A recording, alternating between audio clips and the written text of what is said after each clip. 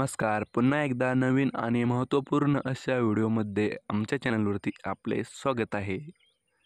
तर या व्हिडिओमध्ये आपण माहिती घेणार आहोत की सध्या पावसाच्या विश्रांतीनंतर आणि पडलेल्या कडक उन्हामुळे कापूस वेचणीला वेग आला आहे.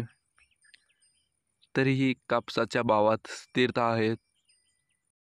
आपण आमच्या चॅनलवरती नवीन असाल तर आमच्या चॅनलला सबस्क्राईब करा आणि बेल आयकनही प्रेस करावे, कारण आमच्या येणाऱ्या प्रत्येक व्हिडिओची नोटिफिकेशन आपल्यापर्यंत सर्वात आधी पोहोचवेल.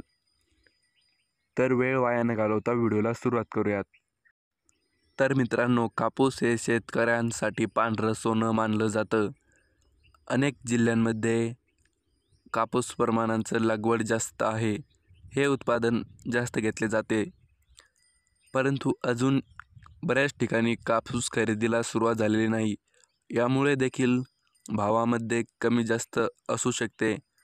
जेव्हा सगळीकडे कापसाला खरेदी सुरू होईल तेव्हा योग्य दर मिळू शकतो. तर मित्रांनो, तुम्हाला किती दर हवा असं वाटतं ते आम्हाला कमेंटमध्ये नक्की सांगा. धन्यवाद मित्रांनो.